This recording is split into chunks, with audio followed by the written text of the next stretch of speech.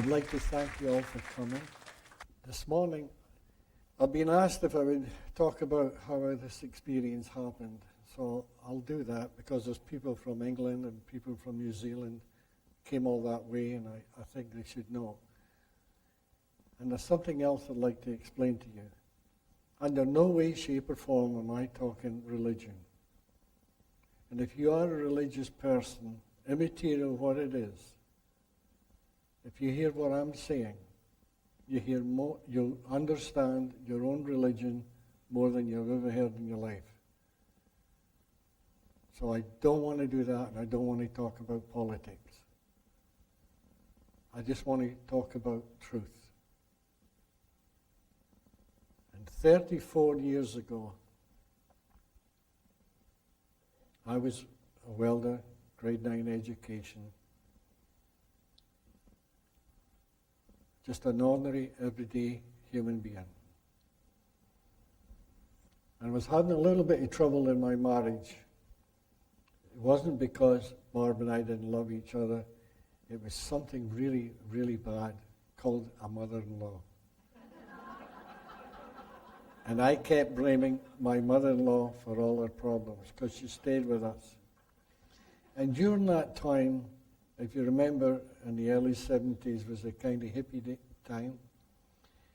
A lot of people were going to these awareness groups.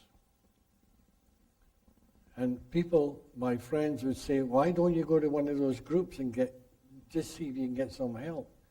Well, we were really scared of that because everybody we knew that went to those awareness groups were getting divorces. And we figured, well, that's not much help. That's the last thing we want is a divorce. So it scared us. But anyway, through time, people kept egging us on. And I heard that this #1 psychologist from New York was going to a place called Cold Mountain for a long weekend. And it wasn't too far from where we lived. So we thought, well, if we're going to go, we're going to go at the best. So we took what money we had and we registered. A week later, we chickened out.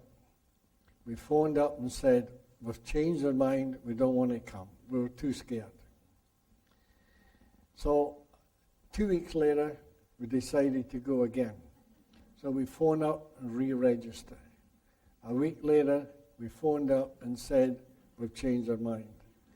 The third time, we phoned up, re-registered again, and the woman says, is this Sid Banks from the Nanaimo? And I felt so ashamed. I could never back out. So off we went to this awareness group thing for a weekend. It was a beautiful situation. It was incredible trees and mountains, and it was on the ocean. It was really, really beautiful, nice accommodation. And we thought, boy, this is what we need. Got a rest at the same time. So the first day there, we just got introduced and told all the rules and regulations, etc. And we went for supper that night. And sitting with us at the supper were these young couple. So we introduced ourselves to them, and the young man was a psychologist with his girlfriend. So we started to talk, just general talk, and I was a nervous wreck because this head man that had come from New York was so well known that therapists from all over Canada and all over the United States came. And here I am, a grade 9 welder. I was petrified. So anyway, I'm talking to this young man, and after the supper, the four of us walked down the beach. And naturally, he's a psychologist, and I wanted to get all this out, and I wanted to really prove it was my mother-in-law. So I started to tell him how nervous I was and how insecure I was all my life, and I told him all the reasons of my past, my childhood, why I was in this state. And he turned around to me and he said, you know, Sid, I'm the same as you. I'm a nervous wreck. And I thought, well, this is impossible. He's had all this education, he's a psychologist, and he's telling me he's a nervous wreck. I found it hard to believe. But anyway, that's the way it was. The following morning, we went to this so-called help group, and it started. And in those days, they used to tell you, be up front. Now, that meant whatever you thought your wife was or your husband was, you could get it out and curse and swear at them, and it was pandemonium. It was like being in a zoo in the monkey cage. It just terrible. As a matter of fact, it was so bad, one of the trainers slapped this other woman over the face and told her she was an egotistical ass because she'd had a nose job. And when it was finished, I looked at Barb, and she's shaking her head. She says, why did we ever come here? This is the worst horrible situation I've ever put myself in my entire life. I want to go home. And I agreed. There was no help there. It was total pathetic. So I said, okay, tomorrow we'll go home. But we had to wait till 2 in the afternoon before the ferry came to take us back. So that evening, we went for supper again. We're sitting beside the same young man. And after it was finished, we stood up, walked outside, and here's where the mystery starts. This young man said the most unusual thing to me. He says, you know, Sid, Moses went up the mountain to talk to God. And God said to Moses, go down and tell those people anything you want, and they'll believe you. And you told me last night you were an insecure person, and I've never heard such nonsense in all my life. Now, that was his words. You know how the great mystics talk about hearing beyond the word? I heard beyond the word. And what I really heard them say was, there's no such thing as insecurity. It is all created from thought. Immediately I heard that, I had no insecurity. My life changed. My past didn't mean a tinker's toot. I was free. I was so happy, it was unbelievable. And I was so full of joy, I couldn't believe it. It was instant. And I turned around to this man and I said, have you any idea what you just said? And he said, of course I do. I just don't make idle chatter. But he didn't. Because if he had, he wouldn't be there. It was all intellectual. That night, we went back to the bedroom, and we're standing in this room, and I'm saying to Barb, isn't it amazing? We don't have any problems. It's all thought. And she started going, oh, maybe your problems aren't real, but mine is. And I'm saying, no, they're not. I just thought, but you couldn't hear me. So the following morning, we went into another session with these people, and it was totally bizarre to me. But the greatest thing of all was all the therapists that were there were doing the very best they could. They were talking in this world where they'd been taught. They wanted to help everybody, and they were doing the best they could. That's what I saw. But Barb didn't see that. She just saw them as a bunch of idiots, just creating trouble. And I'm saying, no, babe, they're doing their best. This is the world. It's a world of thought. She couldn't see that. And all the way back, she's saying, never have I ever wasted money so much in all my life. Money that we can ill afford. It's just a waste of time. So we got home, and the following day, decided to take Grandma, which by this time looked a lot better to me. We took her over to Salt Spring to a little family cottage, and we're in the cottage, got it all set up. The two ladies were making supper, and I was sitting reading the Sun newspaper. And the ladies were in the kitchen, and I could hear them talk. And that same kind of hearing came over me again. And I heard beyond what they were saying. And I knew they didn't know what they were saying. So I burst out laughing. My mother-in-law, she comes rushing into the living room like this, quite cocky. May I ask what's so funny? Well, you didn't laugh at Grandma. That was a no-no. So I didn't say anything. I just sitting there.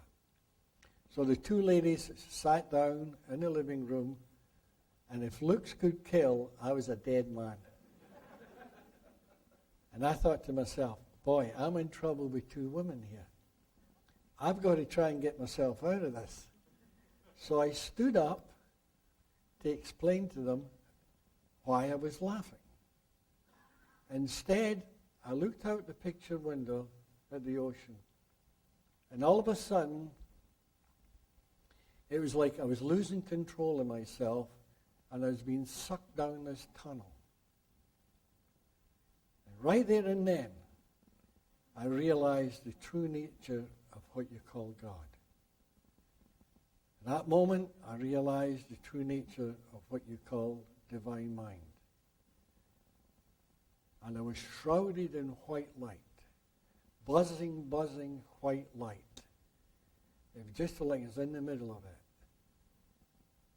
And I turned round to Barb and I started to cry. And I said, I'm home, I'm free, I've made it, I've conquered this world. This means to say that you and I will be traveling all over the world, and I'm going to change psychology and psychiatry forever, way beyond anybody ever even dreamt of. Now, you can imagine.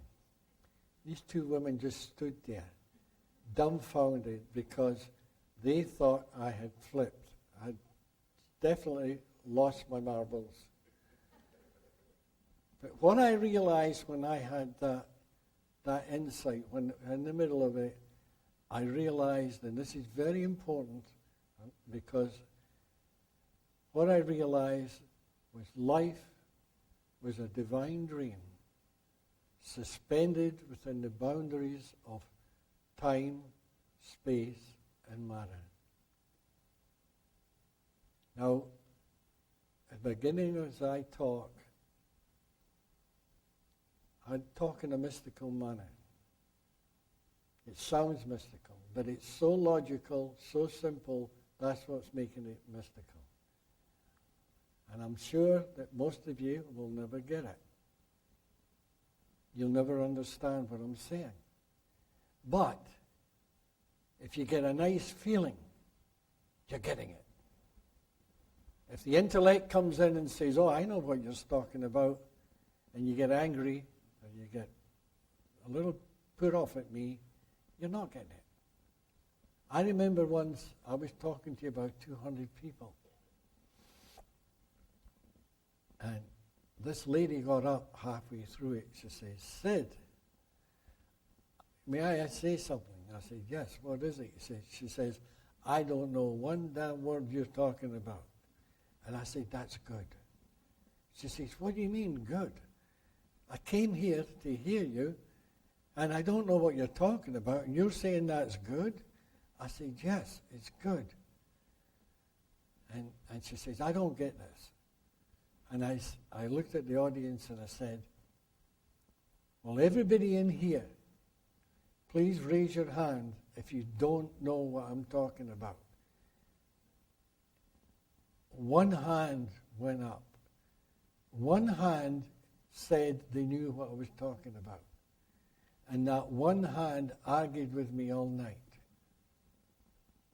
Because I'm not talking to your intellect. I'm not interested in what your problems are. I'm talking to a divine wisdom. And there's another thing. Sometimes I'll say divine wisdom, divine this or divine that. Because I'm with psychologists, I'll say universal. And some people might say, oh, I don't like that universal thing. Why don't you say divine? So I'll switch. Then somebody will say, I don't like that divine. I like universal. So you can't please everybody. And this is why I'm telling you, ignore my words. Please ignore my words. Listen for a feeling. Because I am not talking to your intellect. I'm not interested in who you are, what you've done, what you will do. I'm not interested in that. I'm interested in what's inside you. And what lies inside you is a divine wisdom. And divine wisdom is an intelligence, a divine intelligence before the contamination of human thought. That's why your intellect is the human thought. I'm interested inside. There's an innate health in everybody. And if you can touch that innate health, that's where the miracle happens. Well, it's supposedly a miracle. I didn't tell you the whole story, believe me. Because after this experience, the following day, those two women, they wouldn't even talk to me. They were scared. And I didn't blame them one single bit. And finally, my mother-in-law says to me, how dare you say that you're going to change psychology and psychiatry of the world? You don't even know what psychology and psychiatry are. And she was right. I didn't. I couldn't even spell the word. But I did know that I'd found the secret of the mind. And I knew if any therapist in the world could hear even the slightest bit what I was saying, they would heal people. I know that. There is no doubt. I knew that. The following day, my mother-in-law challenged me again. Very definite challenge. How are you going to change psychology and psychiatry of the world? What do you know? And I said, well, I'll tell you, Mom. One of the greatest secrets in this world is that there's three principles. The principle of divine mind, divine consciousness, and divine thought. And these three principles let us see creation and guide us through this life. And I doubt very much if many therapists in this world know that.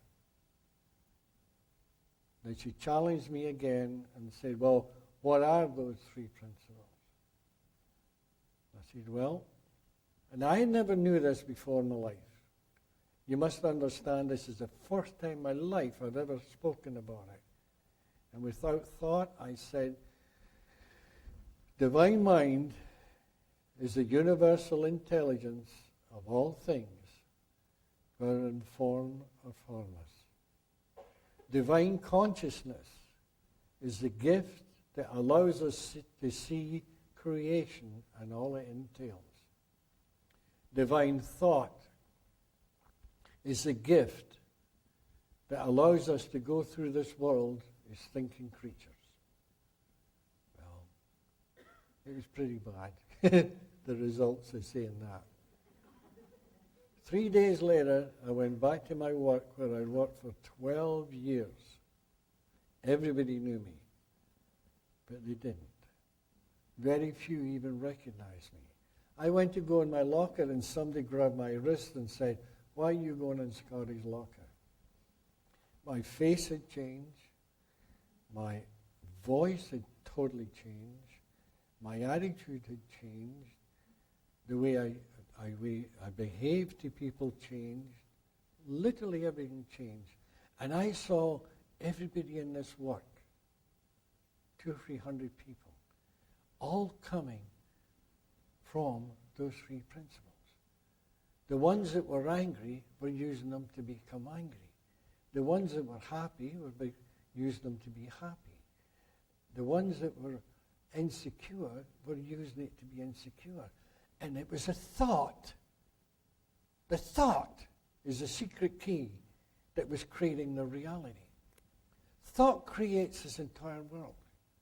Without these three principles, there would not be a world. You create this world that you live in through thought. This is the greatest secret on earth. Now, later on, I started to realize this is not just for psychology and psychiatry. This is for the world. Because this is the human behavior. It's the secret to life. Because you see, what I realized that day was God was the energy of all things, whether in form or formless. So before creation, there's a formless energy. And from this formless divine energy, all life is created. And here lies the answer. Now you might say, well, what's this got to do with me? I'm a psychologist, I'm a psychiatrist, I'm a social worker, I've got a problem with my marriage. This is the answer. Because it wakes up your wisdom. Now I know ordinary people with no training whatsoever, zero, who were mixed up, lost people, lost souls, and they come and listen to me. And I'd say to them, I'll tell you what. And a lot of them were unemployed. Some of them were even hippies. And I'd say, if you hear this much, just this much, what I'm saying, you will be traveling all over the world. You can talk to the high echelon of the greatest companies in the world. You can talk to psychiatrists, psychologists. You can teach anybody in the world. And they say, that's impossible. Say, you're really going too far. But it's not. Because today, that's exactly what these people are doing. But when they go into a company that's in real big trouble, or they go into jails that are in trouble, they don't try and tell you how to run your company. Or if they go into a university, they're not trying to tell you how to be a psychologist or psychiatrist. That's none of their business. They don't know anything about it. And you think, well, if that's so, how can they help them? You know how they do it? They talk to the wisdom that's inside you. And they bring your wisdom alive. And when it comes alive, then you become wise. You become a wise doctor, a wise businessman, a wise policeman, a wise anything. Because it's your wisdom. And that wisdom that's inside is 1,000 times more powerful than the intellect. Because you are connected. See, when you're born, you come in from really nothing. You come into a world of form. And that world of form, as soon as you come in, you start using the three principles. When these three principles, you see this divine illusion. And this divine illusion to you is real. And you work through this divine illusion, and the name of the game is go find yourself. Now, the Eastern philosophies, they'll say the idea, go find yourself.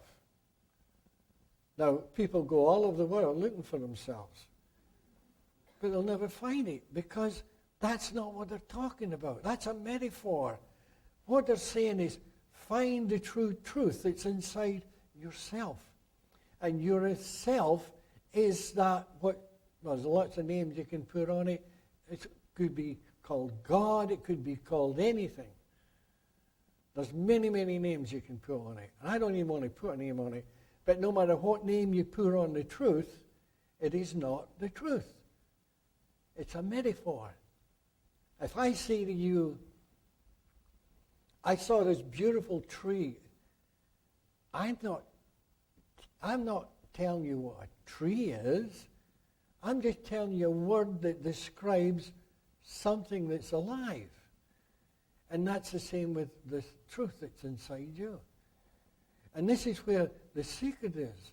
If somebody's mentally ill or mentally unhealthy, what it is, it's their own thoughts that are creating it.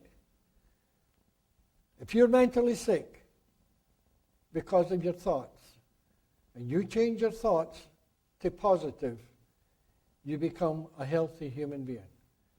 And people say, well, it's not that simple, because you see, this fellow, he had a real bad past and bad experiences. That's in the illusion. The past is no longer real. The past is an illusion in time. And it's carried through time in your head as if it's still alive and it still controls you.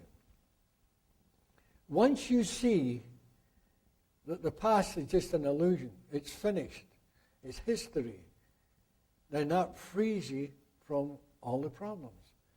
The problem is created from thought. Thought is the magical principle. If you're a therapist, you don't have to worry about consciousness because you're already conscious. You don't have to worry about mind because you've already got a mind. All you have to work with is thought. Whatever you think will be. Whatever you think the world is, that's what it is. And this is where the great mystics of the world talked about everybody living in separate realities. All you people here today, there's not one of you living the same reality. Because you've got a freedom of speech. Not the freedom of speech, I'm sorry. The freedom of thought. That's what you call your free will. We all think differently, but we all use the same principles. But if you can find out the essence of these principles, then this is where you'll find your health. This is where you'll find the problem to your marriage. This is where you'll find the problem to when you work, what you do for a living. It doesn't matter. We want you to become wiser because you lift the consciousness. When you lift the consciousness of human beings, they become consciously aware. Now, I've had people say to me, and I've said this is nothing new. You go down to the library, you go into a bookstore, and you'll find 100 books all written about consciousness. I've never seen one. You go to the library, you go to the bookstore, and you get those books right enough, and they might be 2 inches thick by this big. But what they're doing is they're talking about what you do with your consciousness, what you do with your thoughts. It's not the essence of consciousness. And finding out what you do with it is of no value. It's no value. You've got to find what consciousness is, what thought is. What is this principle that's so important? What is this divine principle? Now, if you get a book and it's mystical, maybe you'll find it in there where some mystic is talking about the world being an illusion. You have heard about, I'm sure most of you have read a book talking about Great Awakening. When somebody has a great awakening. Well, that's what I'm talking about. They awaken from this divine dream to realize that the dreamer. Everybody's only one thought away from finding what you call enlightenment. And you know what the ironic thing is? That one thought is the state of no thought. No thought from the personal mind. The personal mind goes to sleep for that split second. And when the personal mind goes to sleep, what's left is divine thought, purity of thought, which gives you the answer you're looking for. But in the meantime, if you just get a little tiny bit of it, a glimmer of it, it will change your mind. It'll change your life. How can I explain this? Okay. Just imagine that all of us, and all of life, there's a 3-foot wall, a 3-foot thick wall, and it's maybe 10 feet high. And you're at the bottom and you're looking at this wall. And all you can see is a dark wall. That's the people that are really, really suffering. That's the people that you doctors are trying to help. They're down on the bottom looking at this wall. Somebody comes along with a ladder, puts it against the wall and says, I want you to climb up this ladder. And the fear stops them. Fear always stops you from going from one level to another. Always. And it's when you conquer that fear, you go through it. They get up in the first rung. Now they're already away from the wall a little bit, so it's a little bit better. They go up higher, higher.